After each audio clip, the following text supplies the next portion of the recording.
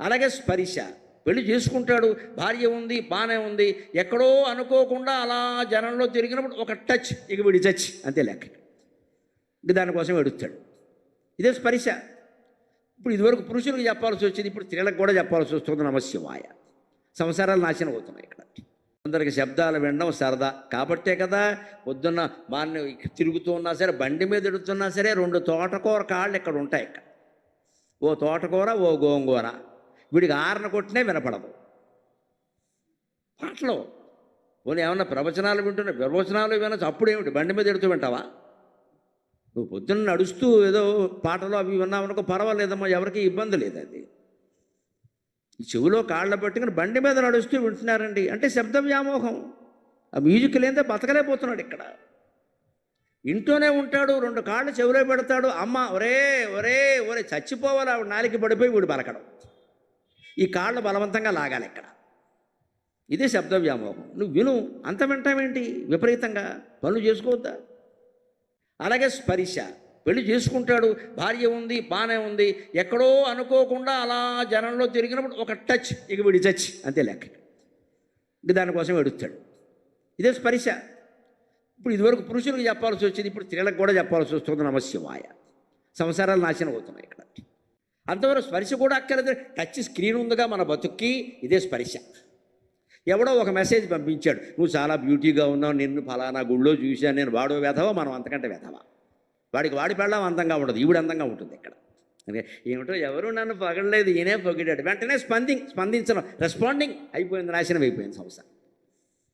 ఒక ఇల్లాలు అటువంటి మెసేజ్కి స్పందిస్తే సంసారం నాశనం అవుదండి. మీ ఆయన పొగడలేదా నిన్ను, వాడు కూడా వాళ్ళ ఆవిడని పొగడ్డమ్మా, నిన్నే పొగుడుతాడు. ఇక్కడ అవసరం. ఇది స్పర్శ. రూపాన్ని చూసి పడిపోవడం. అలాగే రుచి, ఇవాళది ప్రధానమైందండి. పానీపూరి సహా మనం హోటల్లో గడుతున్నాం శుభ్రంగా. మనం ఏం చూస్తాం, స్పైసీ అంతే, అండ్ హాట్ అంతే. కారంగా ఉంటే చాలు, వేడిగా ఉంటే చాలు. వాడు ఎప్పడదు ఆ పదార్థం, ఎప్పటిది ఎప్పుడో ఇక్ష్వాకుల కాలం నాటి దాన్ని ఫ్రిడ్జ్లో పెట్టి పెట్టి పెట్టి తీసి ఆ కుళ్ళిపోయిన దాన్నే మళ్ళీ వండి వండి వండి మార్చేసి నీకు ముందు పెట్టాడు. సో టేస్టీ అని తింటున్నాం మనం ఇక్కడ. సాయంత్రానికి కడుపు నొప్పి మొదలైంది, మళ్ళీ ఇక్కడ వై ఏంటి బిల్లు అడుగుతాడు ఇక్కడ. ఇదే రసం అంటే. ఎన్ని హోటళ్ళకి వెళ్ళి ఎన్ని పదార్థాలు అది తింటే హాని చేస్తుందని తెలుసు, అదే చెప్తావు ఇక్కడ. నాకు ఇష్టం.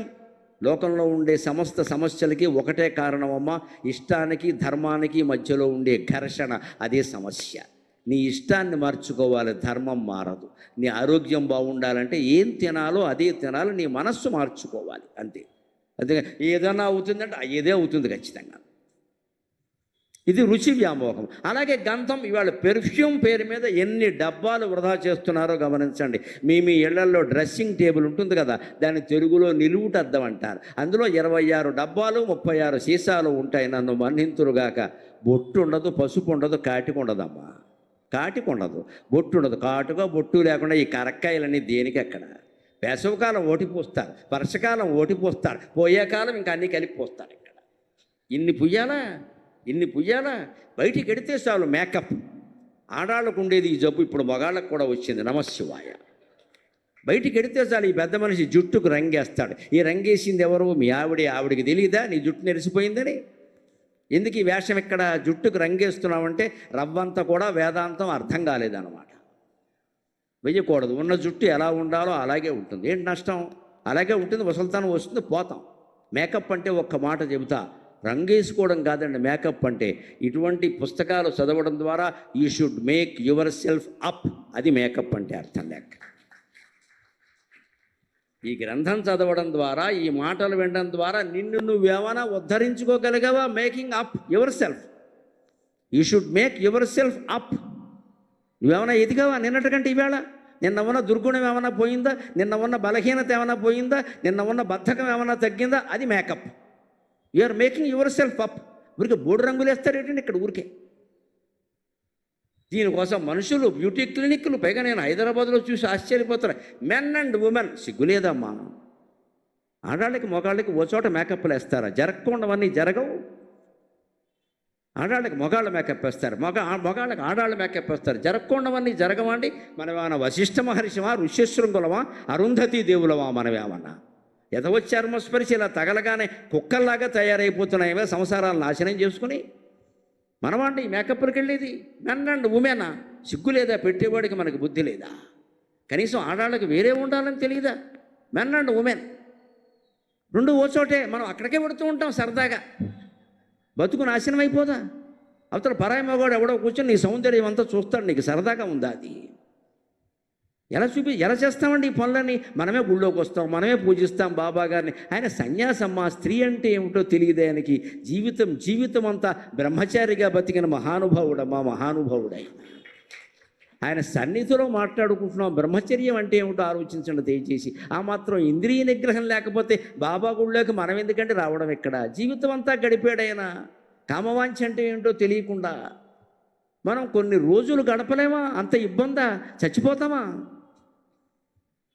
ఈ వ్యామోహాల్లో పడకుండా ఉండడానికే నిన్ను లోకం ఎలా మోసం చేస్తుందో గమనించమని చెబుతున్నాడు యోగ వాసిష్ఠ కవి. పదార్థరథమారూఢ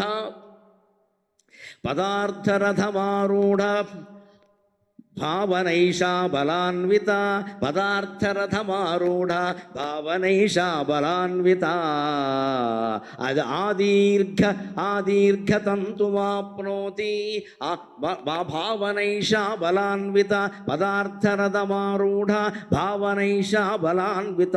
ఆక్రామతి మనక్షిప్రం విహగం వాగురాయథా. పక్షి విహగం వాగురాయథ. వాగుర అంటే వల. పక్షి ఎంత అమాయకురాలండి. అడవిలో తిరుగుతూ ఉంటుంది, కింద నూకలు ఉన్నాయి, దానికి తెలుసు అడవిలో నూకలు ఉండవని. అడవిలో ఎవరో నివాసం ఉండరు కదా, నూకలు ఎలా ఉంటాయి?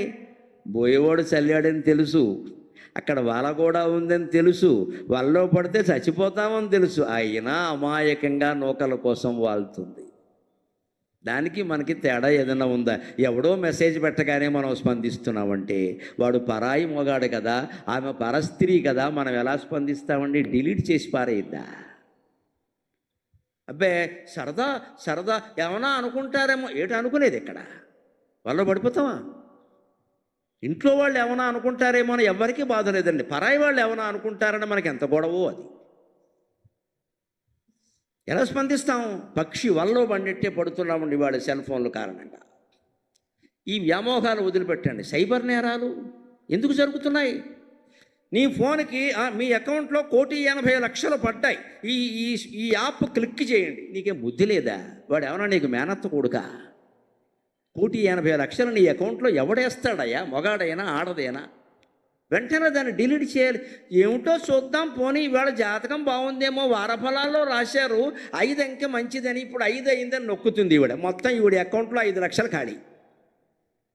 ఆ మాత్రం తెలియదా? దీన్నే ఏం చెబుతున్నాయంటే యోగ వాసిష్టంలో 7,000 ఏళ్ల క్రితమే సైబర్ నేరం అన్న మాట వాళ్ళు వాడకపోవచ్చు, విషయం అదే కదా. పదార్థరథమారూఢ. పక్షిని వల బంధించినట్టుగా ఓ మానవా, ఈ విషయాలనే వల నిన్ను ఎలా బంధిస్తుందో తెలుసా? పదార్థం అనే రథం ఎక్కొచ్చిందిట, ఏదో పల్లకి ఎక్కొచ్చినట్టుగా. ఏదో ఒక వస్తువు రూపంలో, శబ్దం రూపంలో, స్పర్శ రూపంలో, మనుషు రూపంలో, డబ్బు రూపంలో నిన్ను బాగా వల వేస్తోంది. లాగేద్దాం, వాడికి 10 రూపాయలు ఇద్దాం, తర్వాత 10,000 లాగేద్దాం. ముందు ఇస్తాడు, ఈ టాస్క్ చేయండి, ఈ రిస్క్ తీసుకోండి, మీరేమి లేదు. ఇంకా ఈ మధ్య ఇంకా తేలిగ్గా మనుషులను పడేస్తున్నారు. మేము ఒక వీడియో పెట్టాం, మీరు లైక్ కొట్టండి. వాడి వీడియోకి మనం లైక్ ఎందుకు కొట్టాలమ్మా? మీరు వరుసగా 100 లైకులు కొడితే చాలు, మీకు డబ్బులు వచ్చేస్తాయి. 100 కొట్టగానే వాడు 200 పంపిస్తాడు, 200 కొట్టగానే 400 పంపిస్తాడు. తర్వాత యాప్ ఒకటి పంపించి క్లిక్ చేయమంటాడు, క్లిక్ చేయగానే 2 లక్షలు ఖాళీ అయిపోతాయి. అసలు వాడు పనికిమాలిన వీడియో వాడు పెట్టడం ఏంటి, మనం లైక్ చేయడం, పైగా డబ్బుల కోసం లైక్ చేయడం ఎంత తప్పు అండి ఆ విధానం. అంటే అమ్ముడుపోతున్నాం మనం ఇక్కడ. మన అభిప్రాయం మనం చెప్పాలి, మనకి ఉన్నది. ఎందుకు అమ్ముడుపోవాలి? ఇదే పదార్థ రథమారూఢ. ఏదో ఒక పదార్థం అనే రథాన్ని ఎక్కి వస్తుంది విషయవాంఛ, ఎప్పుడు కూడా అలా వస్తుంది. భావనైషా బలాన్విత. అది ఎప్పుడు దానికి విరుగుడు ఏమిటో చెబుతున్నాడు ఇక్కడ. భావన ఏషా బలాన్విత. ఆ ఆలోచన మనకి ఇతర వ్యక్తి మీద వ్యామోహమో, డబ్బు మీద వ్యామోహమో, పదవి మీద వ్యామోహమో ఏదో వచ్చిందనుకుందాం, గాలివాటం ఆలోచనలు వస్తూనే ఉంటాయి. దాన్ని బలం చేయకండి దయచేసి. మళ్ళీ ఆలోచించకండి, రిపీట్ చేయకండి. వచ్చిన ఆలోచన వచ్చినట్టు తోసేయండి. సుఖంగా ఉంటాం, ఆనందంగా ఉంటాం ఖచ్చితంగా. మనం ఏం చేస్తూ ఉంటాం, ఏమిటో పొద్దున్నే ఇలా జరిగింది, ప్రతి మంగళవారం నాకు ఇలాగే జరుగుతుంది, ఇదే పనికిమాలిన మేడం అంటే. ఇక్కడ అంతెందుకు ఆలోచిస్తున్నాం అసలు ఆ విషయం గురించి? ఎవ్వరూ అన్నమాట ఈ అమ్మాయి ఎందుకందో మొత్తం నీ ఆస్తి అంతా కొట్టేయడానికి ఇక్కడ అని వీడు పడిపోతాడు. ఇక్కడ పెళ్ళి అయినా సరే ఇంకో పెళ్లి చేసుకుంటాడు. ఇటు భార్యను మేనేజ్ చేసేస్తాడు చెప్పకుండా, మహాపాపమైనా సరే. పైగా గుళ్ళోకి తీసుకెళ్ళిపోతారు చక్కగా, ఎందుకంటే ఆవిడని నమ్మించాలి కదా. గుళ్ళోకి తీసుకెళ్ళిపోతే పాపం అర్చకులకి ఏం తెలుసు, చెరో దండ ఇచ్చేస్తాడు, వీళ్ళు మొత్తం దండ మార్చేసుకుంటాడు. అందుకే నేను మొహమాటం లేకుండా చెబుతున్నా, మహిళలు జాగ్రత్త పడండి అమ్మా, పేర్లు చెప్పకండి, ధర్మపత్ని సమేతస్య అని చెప్పమనండి చాలు. అంటే ఈ సన్నాసి ఏమైనా వెధవ వేషం వేసి వేరే ఆవిడ్ని తీసుకెళ్ళినా సరే బాబాగారిని అర్చించిన ఫలితం ఇంటి దగ్గరున్న ధర్మపత్నికి వస్తుందమ్మా, ఈ పనికి మాలిన దానికి రాదు. అది లెక్క. మన సంప్రదాయం చాలా గొప్పది, మన శాస్త్రం చాలా గొప్పది. దయచేసి ఐడెంటిటీని నా పేరు చెప్పు అనకండి, చెప్పడం మంచిది కాదు. పేరు చెబితే పేరు చెప్పిన వాళ్ళకే వస్తుంది, ఆ కూడా వచ్చింది అవతో పేరు చెప్పేస్తుంది, అక్కడ దానికి వస్తుంది. ధర్మపత్ని అన్నామనుకోండి, వీడు మోసం చేసినా సరే ఇంటి దగ్గర ఉండి వీడి కోసం ఏడుస్తుంది ధర్మపత్ని, ఆవిడకు వచ్చిందమ్మా, ఈవిడ మట్టి కొట్టుకుపోతుంది ఖచ్చితంగా. బాబాగారు ఎంత తక్కువడా? ధర్మపత్ని సమేతస్య అని చెప్పాలి. మన పేరు చెప్పడం, ఎక్కడో అమెరికాలో ఉన్న వాళ్ళ పేర్లు అన్నీ చెప్పక్కర్లేదమ్మా. ఇక్కడ అక్కడ చెబుతారు సకుటుంబస్య సబాంధవస్య అంటే అర్థమేంటి? కుటుంబం అంతా, బంధువులంతా. మళ్ళీ మనం దేనికి ఇక్కడ? ఈ నేననేది పోతేనే కదా ఆధ్యాత్మికత. మన వ్యవస్థను ఎప్పుడు మనం గౌరవించాలండి. ఏదో కుటుంబం వచ్చారు, ఆ యజమాని పేరు అడుగుతారు, చెప్తారు. ఇందులో ఆడమగ తేడా ఏమిటి, గొడవ ఏమిటి అసలు? అందరి పేర్లు చెప్పడం ఎక్కడ? ఒకడు ఆడాళ్లే ఒంటరిగా వచ్చారు, ఆవిడ పేరు చెప్తారు, గోత్రం ఏమిటో అడుగుతారు, చేసేస్తారు. అక్కడ నష్టం ఏంటి? పెళ్లి కాలేదు, అమ్మ నీ గోత్రం ఏమిటని అడుగుతారు, చెప్పేస్తారు, చేసేస్తారు. నష్టం ఏమిటి? ఇంటి దగ్గర ఉన్నవాడి పేర్లన్నీ ఎందుకంటే చెప్పకూడదు. ఎందుకంటే వీడు గుళ్ళల్లోకి తీసుకొస్తారు, ఓ తాళి కట్టేస్తాడు, ఓ దండ వేసేస్తాడు, అక్కడి నుంచి భార్యను మేనేజ్ చేసేస్తాడు. కట్టేసాము ఏం చేయమంటావు అంటాడు. ఏం కట్టావు? తెంచాయి. అక్కడ కట్టేస్తావు, ఇక్కడ కట్టేస్తాడు. పలుపా? గేదికి కట్టే పలుపా అండి మంగళసూత్రం అంటే? నీ ఇష్టం వచ్చినట్టు కట్టించుకుంటావు, వాడు కట్టేస్తాడా? ఇవి ఆగాలి అంటే ఇటువంటి శ్లోకాలు విని మనస్సులో జీర్ణం చేసుకోవాలి బాగా. పదార్థ విషయారూఢ పదార్థ రథమారూఢ భావనైషా బలాన్విత. ఎప్పుడైనా డబ్బు వాంఛ కానీ, కామవాంఛ కానీ, పదవీ వాంఛ కానీ, లేదా ఆహార పదార్థాల మీద విపరీతపు వాంఛలు కానీ మనలో ప్రవేశిస్తే దాన్ని ఊరికే పెంచద్దు. మళ్ళీ అదే ఆలోచించి చెయ్యొద్దు. అక్కడికక్కడ కట్ కట్, ఎక్కడికక్కడ కట్. వెంటనే నమ శివాయ నమో నారాయణాయ అందులోకి వెళ్ళిపోవాలి. మన కాపాడగలిగేది భగవన్నామం ఒక్కటేనమ్మా, వేరే ఏమీ లేదు ఇక్కడ, వేరే ఏమీ లేదు. పైగా కలియుగంలో పుట్టడం మనం అదృష్టం. పాపాత్ములు అనుకోకండి. భాగవతంలో వ్యాసుడు చెబుతాడు, ఆయన స్నానం చేస్తూ గంగానదిలో స్నానం చేసి బయటకు వచ్చాట. నీటిలోనే నిలబడి సంధ్యావందనం చేసుకుంటూ కన్నీళ్లు కారుస్తున్నట్ట వ్యాసుడు. నారదుడు వచ్చి, మహర్షి వేదాలు విభజన చేశావు, భారతం రచించావు, భాగవతం రచించాలంటున్నావు, ఏడుస్తున్నావేమిటయ్యా అన్నట్ట. ఏం లేదయ్యా, ద్వాపరయుగంలో పుట్టాను దురదృష్టవంతుణ్ణి, కలియుగంలో పుడితే బాగుండేది అన్నట్ట వ్యాసుడు అన్నమాట. అమ్మ, ద్వాపరయుగంలో పుట్టాను దురదృష్టవంతుణ్ణి, కలియుగంలో పుడితే బాగుండేది. అదేమిటి అలా మాట్లాడుతున్నావు? కలియుగం అంటే పాపం అంటే? లేదయ్యా, కృతయుగంలో తపస్సు చేస్తే కానీ మోక్షం లేదు, త్రేతాయుగంలో యజ్ఞం చేస్తే కానీ మోక్షం లేదు, ద్వాపరయుగంలో దానం చేస్తే కానీ మోక్షం లేదు. కేవలం భగవన్నామస్మరణతో మోక్షం పొందగలిగే అదృష్టం కలికాలంలో పుట్టిన మనకి. మిగిలినవి మానేయమని అర్థం కాదు. నేను నామజపం చేస్తానని దానాలు మానేయకండి, దాని అర్థం అది కాదు. ఇది ముఖ్యం. నువ్వు ఏం చేసినా అవి చేయి, అవన్నీ సమాజం కోసం చెయ్యాలి. తపస్సు చేయి, జపము చేయి, యజ్ఞము చేయి, ఎవరు వద్దం లేదు. కానీ ఇది చాలు, చిన్నది. ఎంత అదృష్టవంతులయ్యా కలికాలంలో పుట్టిన వాళ్ళు. నేను ద్వాపరయుగంలో పుట్టాను, కలియుగంలో పుట్టిన మానవులు ఎంత అదృష్టవంతులు. ఇంత సులభమైన ఉపాయం శ్రీ మహావిష్ణువు చెప్పాడు నాకు. వాళ్ళకు నామస్మరణతో కలవు స్మరణాన్ముక్తి, శాస్త్రం చెప్పిన మాట. కలియుగంలో కేవలం స్మరిస్తే చాలు, అంత తేలిగ్గా మోక్షం వస్తుంది కదా. ఆ యుగంలో పుట్టినది రాబోయే యుగం కదా. ఆ యుగం వాళ్ళు ఎంత అదృష్టవంతులు, వాళ్ళు దీన్ని వినియోగించుకుంటారో లేదో అని నేను బాధపడుతున్నాను అన్నట్ట. భాగవతం ప్రారంభంలో ఉంటుందమ్మా ఈ ఆశ్చర్యకరం. ఎంత అదృష్టవంతులం మనం. ఆ స్మరణ చేయాలి. అప్పుడు ఏమవుతుంది? మనస్సు వెనక్కి వచ్చేస్తుంది ఖచ్చితంగా. భావనైషా బలాన్విత. అప్పుడు అది ఖచ్చితంగా శరీరేష్వివ చేతనాం భావనైషా బలాన్విత, అది ఇలాగే వచ్చి మనిషిని ఇలా లాగేస్తుంది. విహగం వాగురాయథా, పక్షిని వల బంధించినట్టే మన కూడా బంధించేస్తుంది ఖచ్చితంగా. అది బంధించకుండా ఉండాలంటే ఏం చెయ్యాలి? ఈ వాంఛలన్నీ ఎక్కడ పుడుతున్నాయి? మనస్సులో. కాబట్టి ఆ మనస్సుని స్టీరింగ్ తిప్పాలి. ట్యాక్సీ డ్రైవర్ చూడండి, మంచి ప్రొఫెషనల్ డ్రైవర్. ఎప్పుడూ దయచేసి గుర్తుపెట్టుకోండి ప్రమాదాలు ఎందుకు జరుగుతున్నాయో.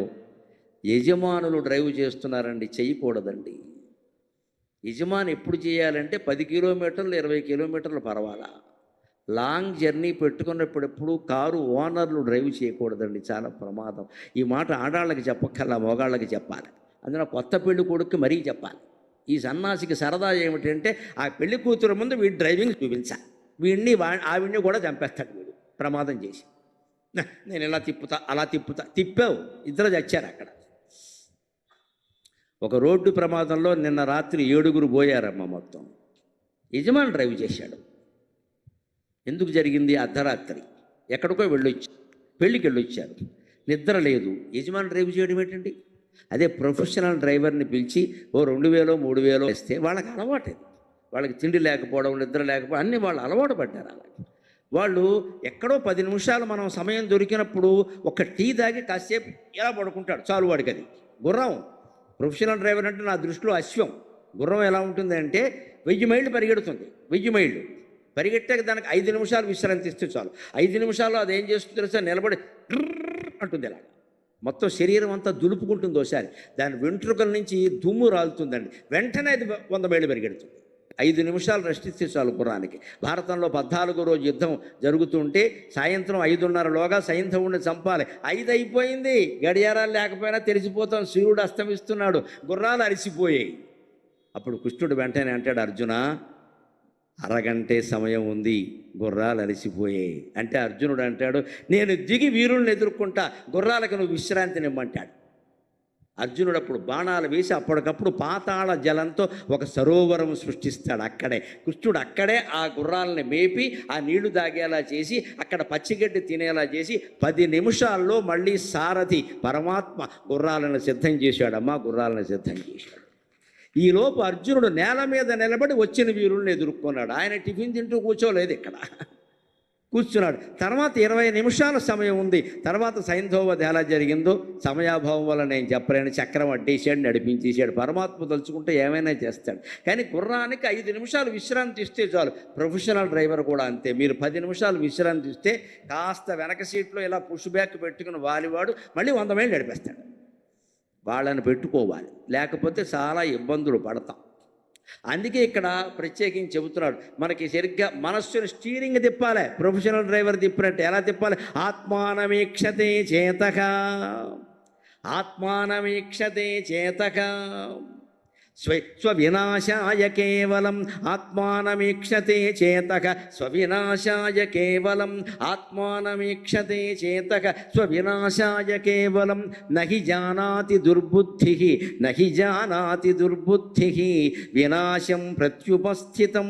మనస్సుని ఆత్మవైపుకి తిప్పాలి. అంటే నేను మొదటి రోజే చెప్పా, ధ్యానం చేయడానికి కూర్చున్నప్పుడు ఏమీ ఆలోచించకుండా మనస్సును లోపలికి తిప్పి నేను నేను అని ఎక్కడ స్ఫురిస్తుందో దాని మీదకి తిప్పి దాన్నే చూస్తూ కూర్చోవాలి.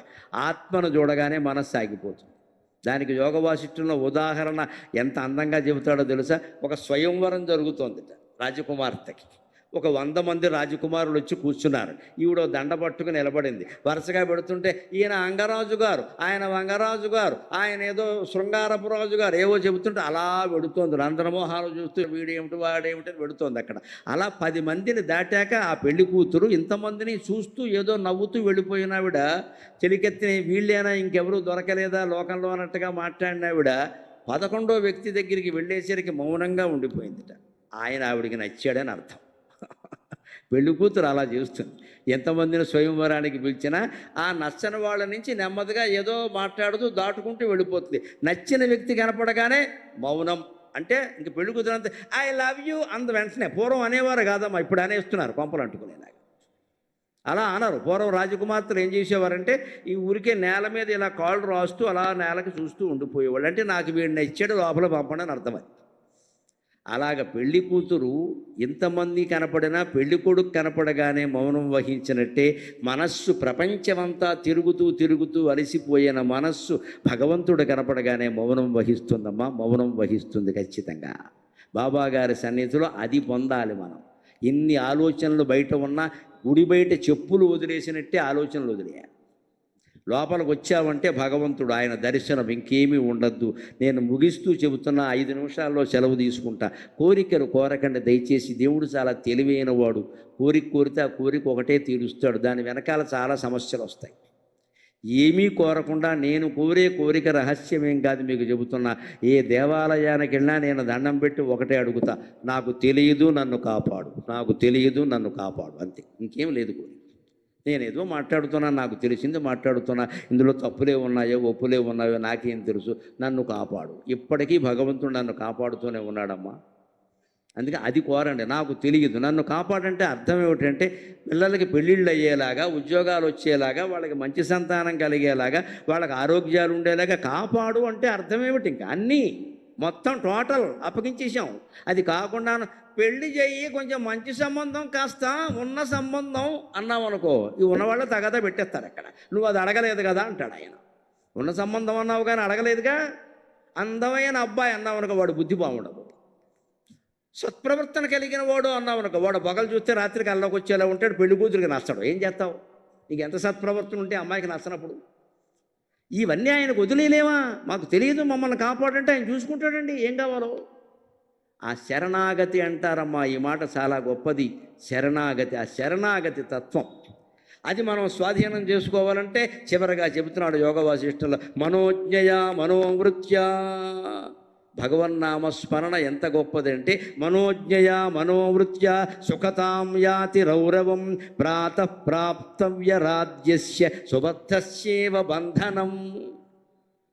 మనోజ్ఞయ మనోవృత్య, మన మనస్సు ఆనందంగా ఉంటే మనం చెరసాలలో ఉన్నా ఆనందంగానే ఉంటాం.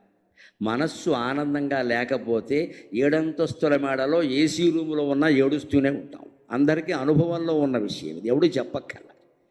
సుఖం అనేది మనస్సు మీద ఆధారపడింది కానీ భౌతికం మీద, శరీరం మీద ఆధారపడలేదు. మనం పెద్ద పెద్ద పరుపులు కొనుక్కుంటాం, పెద్ద పెద్ద గదులు కట్టుకుంటాం, 7x7 మంచాలు, 8x8 మొగుడు ఇంటూ పెళ్ళాం. ఇందుకు దెబ్బలాట ఉన్నప్పుడు ఈ మంచం దేనికి పని లేక? అంతంత మంచాలు అవసరమా? అంతంత వైభవాలు అవసరమా? వాటి కోసం అప్పులు అవసరమా? ఈఎంఐ అవసరమా? ఏడుస్తూ కూర్చోవడం అవసరమా? ఆలోచించాల్సింది ఏమిటంటే మనోజ్ఞయ మనోవృత్య. నీ మనస్సు మనోజ్ఞంగా ఉందా? నువ్వేం ఆలోచిస్తున్నావు? నీ ఆలోచన బాగుందా? డబ్బు లేకుండా వస్తువులు కొంటావు, బుద్ధి ఉందా అసలు? పావలా పెట్టుకుని ముప్పావలా అప్పు చేయడం ఏంటండి? బుర్రలేని పని. కనీసం ముప్పావలా నీ దగ్గర ఉంటే పావలా అప్పు చేయి. భర్తకు తెలియకుండా భార్య, భార్యకు తెలియకుండా భర్త క్రెడిట్ కార్డులు ఊరికే గీకేయడమే. షిక్ షిక్ షిక్. సరిగ్గా మీరు తిరుపతిలో ఎక్కట్టండి అమ్మా, గుండు గీసేటప్పుడు షిక్ షిక్ షిక్ మొత్తం గీసేస్తాడు. క్రెడిట్ కార్డు కూడా అంతే, 3 సార్లు షిక్. అడ్డంగా గీసేస్తున్నారు. క్రెడిట్ కార్డు ఉండడం ఏంటండి? నేను మొహమాటం లేకుండా చెబుతున్నానమ్మా, నా బతుక్కి ఏటీఎంఏ లేదు. ఖచ్చితంగా నేను వాడను. ఏటీఎం లేదు, నాకు క్రెడిట్ కార్డు లేదు. నేను డబ్బులు కావాలంటే బ్యాంకుకి వెళ్ళి చెక్కు రాసి తీసుకుంటా, డబ్బులు వేయాలంటే బ్యాంకుకి వెళ్ళి వేస్తా, అంతే లెక్క. ఫోన్లో పెట్టడం, ఫోన్లోంచి నొక్కడం కుదరదమ్మా. ఫోన్ పోతే మొత్తం పోతాయి ఇక్కడ. ఇవన్నీ కుదరవు. బ్యాంకుకి వెళ్ళాల్సిందే. వారానికి ఒకసారో 10 రోజులకు ఒకసారో నేను పెడతాను ఖచ్చితంగా. ఇప్పుడు ఇస్తారు కదా దేవస్థానం వారు, రేపు పొద్దున వెళ్ళిపోతే బ్యాంకుకి ఇస్తారు కదా. మనలో మనమాట బయటికి అనేసుకుందాం, ఓ మాట ఖాయం చేసుకుంటే మంచిది. ఇస్తారు కదా, రేపు పొద్దున పట్టుకెళ్ళిపోతే ఇందులో దాపరకమేమో కట్టే ట్యాక్స్ కట్టేస్తాం, నిశ్చింతగా ఉంటాం ఇక్కడ. ఇదిగోనండి ఇంత ఇచ్చారు కట్టేసాను చూసుకో, మనకేంటి భయం ఇక్కడ? మిగిలిందే వాడుకుంటాం. అది కూడా ఎగ్గొట్టేసి మంచం కింద దాచే కర్మ మనకేమిటండి ఇక్కడ? ఎందుకు చేయాలి ఈ పని? కట్టే పని ఏదో ప్రభుత్వానికి కట్టేస్తే నిశ్చింతగా కాళ్ళు చేపచ్చుకొద్దా. ఎంతమంది వస్తారో రండి ఐటీ వాళ్ళు, నాకేం పర్వాలేదు. బీరువాలన్నీ వెతికితే ఏముంటాయి? ఈ యజ్ఞోపవీతానికి తోడు ఇంకా 2 యజ్ఞోపవీతాలు దొరుకుతాయి, అంతకంటే ఏం దొరకవు. మా దగ్గర ఉండే ఆస్తులు అవే. ఇంకేమిటట? అలా మనోజ్ఞయ మనోవృత్య. మనిషి ఆనందంగా ఉండడానికి మనస్సులో ఆనందం ముఖ్యంగా, డబ్బు అవసరం ఏం లేదండి ఇక్కడ. పరిమితంగా తినడానికి ఉంటే చాలు. రోటీ కపడా ఔర్ మకాన్, ఈ 3 ఉంటే చాలు ఇక్కడ.